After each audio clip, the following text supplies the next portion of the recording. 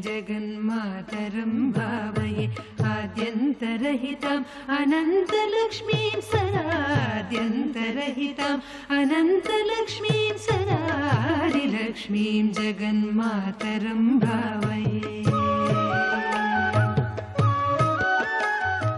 सरसिजनिलये सरोजहस्ते धवलतमां शुकगन्धमाल्यशोभे भगवति हरिवल्लभे मनोज्ञे त्रिभुवनभूतिकरि प्रसीद मह्यम्।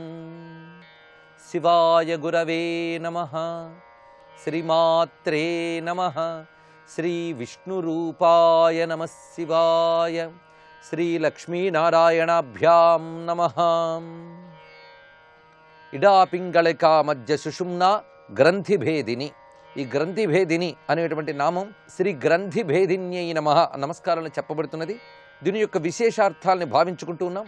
సుషుమ్న తర్వాత ఈ నామం ఉండడంలో విశేషం ఏంటంటే, ఈ సుషుమ్న నాడి ద్వారా సాధన చేసిన యోగి సహస్రారానికి చేరి అక్కడ ఆ దివ్యమైన పరబ్రహ్మముతో ఐక్యమవుతున్నాడు. ఆ వెళ్ళేటువంటి ఐక్యమయ్యే చైతన్యం పేరు కుండలిని. మూలాధారం దగ్గర జాగృతమైన కుండలిని రెండు చక్రాలకు ఒకటిగా ఉన్న ముడిని దాటుకుంటూ వెళ్తుంది. అలా మూలాధార స్వాధిష్టానముల దగ్గర ఉన్న ముడి పేరు బ్రహ్మగ్రంథి. ఆ తర్వాత మణిపూర అనాహతములు కలుపుకుని విష్ణుగ్రంథి అని చెప్పబడుతుంది. విశుద్ధ ఆజ్ఞాచక్రముల తర్వాత ఉన్నటువంటిది రుద్రగ్రంథి. ఒక్కొక్క గ్రంథిని భేదించుకుంటూ ఉంటే మూడు శరీరములు నేను అనుకున్న అజ్ఞానం భేదింపబడి త్రిగుణాలకి త్రిశరీరాలకి అతీతమైన పరతత్వము నేను అనేటువంటి ఎరుక ఏర్పడుతుంది. ఆ ఎరుక ఏర్పడే భూమిక యోగశాస్త్రం ప్రకారంగా సహస్రారం అని చెప్పబడుతున్నది. ఈ సహస్రారమే వైకుంఠము, కైలాసము, మణిద్వీపము ఇత్యాదిగా పురాణముల్లో వర్ణింపబడుతోంది. యోగపరంగా సహస్రారము, భక్తిపరంగా ఆయా దేవతాలోకములు, జ్ఞానపరంగా పరబ్రహ్మ ప్రాప్తి. ఇదే మోక్షానికి అర్థం. అలాగా ఈ మూడు గ్రంథులు భేదించుకుని మోక్షరూపముగా సహస్రారానికి చేరడమే గ్రంథిభేదిని. యోగశాస్త్రంలో గ్రంథిభేదిని విద్య అనున్నది. ఇది యోగపరంగా ఇంతవరకు చెప్పుకున్నాం. దీనికి కారణం సుషుమ్న ఉంది గనక.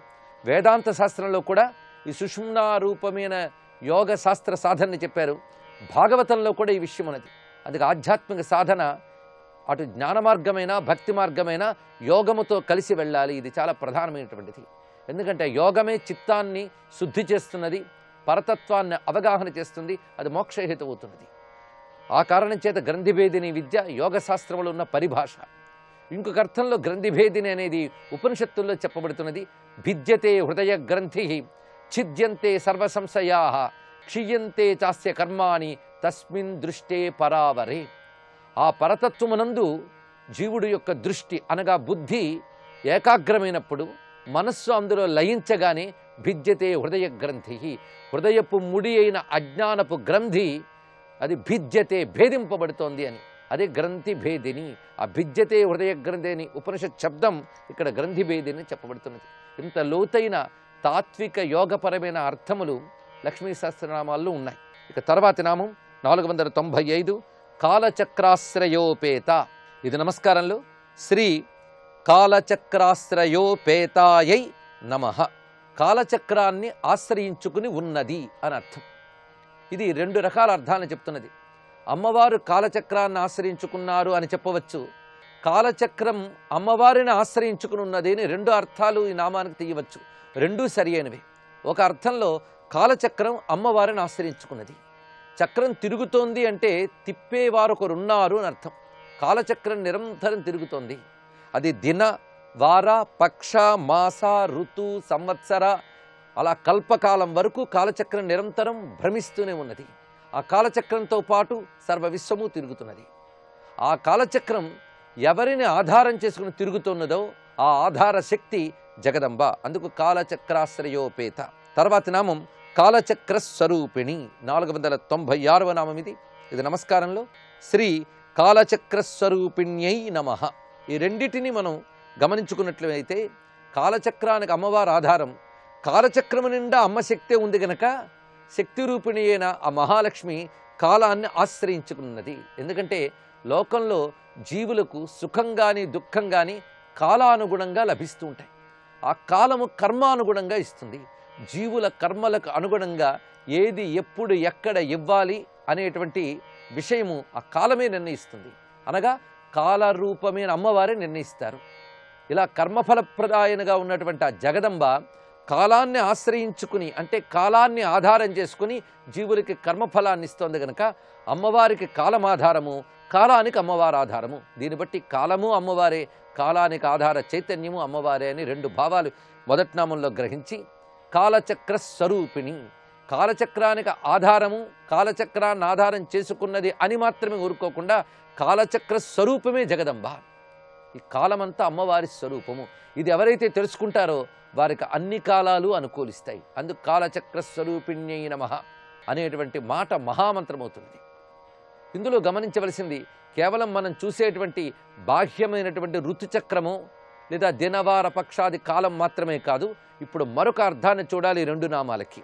అది ఎలా గ్రహించాలి అంటే గ్రంథిభేదిని తర్వాత ఈ రెండు నామాలు వచ్చాయి గనక ఇది యోగ విద్యకు సంబంధించిన నామములే ఈ కాలచక్ర నామాలు కూడా. ఇది ఎలా అన్వయించుకోవాలి? ఇడా పింగళికా మధ్య సుషుమ్నా గ్రంథిభేదిని కాలచక్రాశ్రయోపేత కాలచక్రస్వరూపిణి. ఇప్పుడు కాలచక్రము అది యోగ విద్యతో ఎలా సమన్వయిస్తుందో చూడాలి. గ్రంథిభేదన విద్యలో కుండలిని జాగరణ జరుగుతుంది. ఆ కుండలిని జాగరణలో బ్రహ్మగ్రంథి విభేదిని, విష్ణుగ్రంథి విభేదిని, రుద్రగ్రంథి విభేదిని, ఈ విధంగా కుండలిని ప్రయాణం సాగుతుంది. అయితే కుండలిని ప్రయాణము కాలబద్ధంగా సాగాలి. అంతేగాని హఠాత్తుగా ఒక్కసారి కుండలిని జాగృతి జరిగితే శరీరానికే ప్రమాదం. అందుకు ఉచ్ఛ్వాస నిశ్వాసాత్మకమైన ప్రాణశక్తితో ఒక యోగి యొక్క శిక్షణలో కుండలిని సాధన చేయాలి. అంతేగాని పుస్తకాలు చూసి కుండలిని సాధన, లేదా ఇంకెక్కడో విని కుండలిని సాధన, బొమ్మలు చూస్తూ కుండలిని సాధన చేయరాదు. అది గురు శిక్షణలో జరగాలి. ఎందుకంటే ఒక్కొక్క శిష్యుడికి ఒక్కొక్క శారీరక పరిస్థితి ఉంటుంది, మానసిక పరిపక్వత ఉంటుంది. వారి పరిపక్వతని, పరిణామాన్ని, పరిమాణాన్ని అనుసరించి శిక్షితుడైనటువంటి యోగి శిక్షణనిస్తాడు. ఇది తెలుసుకోవలసినది.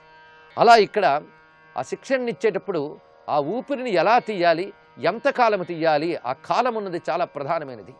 మామూలుగా ఎక్సర్సైజుల కోసం చేసే యోగా గురించి చెప్పట్లేదు ఇక్కడ. పరతత్వ సాధన కోసం, చిత్తశుద్ధి కోసం చేసేటువంటి పతంజలి యోగ శాస్త్రము, దాన్ని ఆధారం చేసుకుని మాట్లాడుతూ ఉన్నాం. దాని ప్రకారంగా ఉచ్ఛ్వాస నిశ్వాసలతో నియంత్రణ చేస్తారు ప్రాణశక్తిని. అలా నియంత్రింపబడిన ప్రాణశక్తి కుండలినిగా జాగృతి జరిగి ఒక్కొక్క గ్రంథిని భేదించుకుంటూ వెళుతుంది. ఆ ఉచ్ఛ్వాస నిశ్వాస అనేది కాలాన్ని ఆశ్రయించుకుంటుంది. ఉచ్ఛ్వాస తీయడం, మళ్ళీ నిశ్వాస వదలడం, మళ్ళీ ఉచ్ఛ్వాస తీయడం, ఇది మాటిమాటికి ఆవృతమవుతుంది కనుక దీని పేరు కాలచక్రము. అదొక సమయాన్ని అనుసరించి వెళ్ళే ఉచ్ఛ్వాస నిశ్వాసాత్మకమైన ప్రాణశక్తే కాలచక్రము. ఆ ప్రాణశక్తిగా సంచరించేటువంటి కుండలినియే కాలచక్రాశ్రయోపేత కాలచక్ర స్వరూపిణి. అందుకే గ్రంథిభేదిని తర్వాత ఈ రెండు నామాలు పెట్టడంలో ఔచిత్యం ఇది. అందుకే కేవలం నిఘంటు అర్థాలు చెప్పుకుంటే సరిపోదు దేవతల నామాలకి. వాటికి శాస్త్రీయమైన, యోగపరమైన, మంత్రపరమైన, తత్వపరమైన వ్యాఖ్యానాలు కావాలి. ఇప్పుడు ఈ ఉచ్ఛ్వాస నిశ్వాసలు ఎలా తీయాలో యోగశాస్త్రం చెప్తూ ఉన్నది. మొదట 16 మార్లు ఉచ్ఛ్వాస తీసి 64 మార్లు అది కుంభకంలో నిలిపి ఆడ తర్వాత 32 మార్లు దాన్ని విడిచిపెట్టాలట. 32 మార్లు అంటే ఆ సమయంలో ఒక ప్రణవమో ఒక మంత్రమో జపం చేస్తూ దానితో కలుపుకుని సంఖ్య చెప్పారు కనుక ప్రపోర్షన్, ఆ అనుపాతాల విభజన ఎలా జరగాలో వివరిస్తున్నారు. ఉచ్ఛ్వాస 16 మాత్రలు తీస్తే కుంభకము అంటే మొదటిది పూరకం అంటారు, రెండవది కుంభకం. కుంభకంలో 64 మాత్రలు ఉండాలి.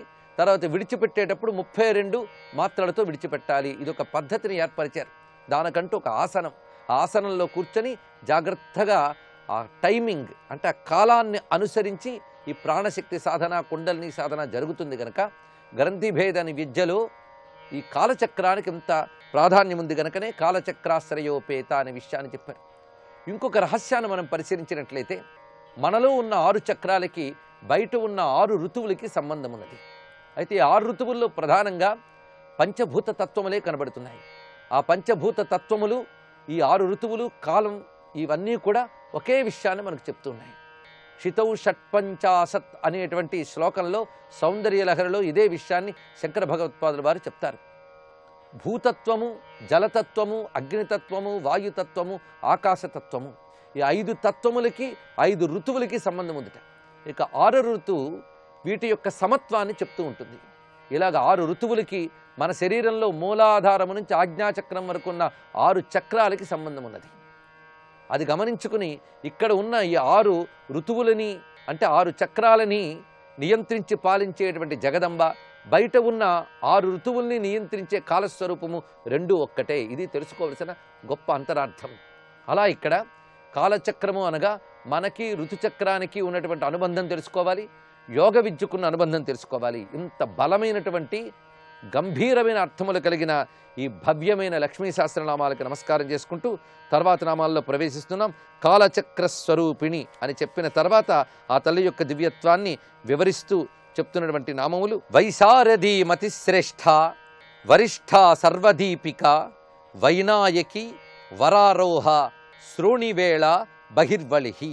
497వ నామం వైశారథి. ఇది నమస్కారంలో వైశారథ్యై నమః. ఇది చాలా విశేషమైనటువంటి నామం. ఇక్కడి నుంచి ఈ 4 నామముల వరుస జ్ఞానశక్తిని కలిగించేటువంటి దివ్యనామాలివి. వైశారథి, మతిశ్రేష్ఠ, వరిష్ఠ సర్వదీపిక. వైశారథ్యై నమః నమస్కరించుకుని నామంలో భావం ఏంటంటే విశారదుడు అని వింటూ ఉంటాం. ఇది పుంలింగ శబ్దం. దానికి స్త్రీలింగంలో వైశారథి అన్నారంతే. విశారదుడు అంటే పండితుడు అని అర్థము. విశేషమైన పాండిత్యం కలిగినప్పుడు విశారదుడు అంటారు. అది స్త్రీలింగంలో వైశారథి అనేది. విశేషమైన జ్ఞానము, విశిష్టమైన పాండిత్యము, అదే వైశారథి తత్వాన్ని చెప్తున్నది. పైగా శాస్త్ర సారాన్ని తెలిసినటువంటి వాడిని విశారదుడు అనాలి.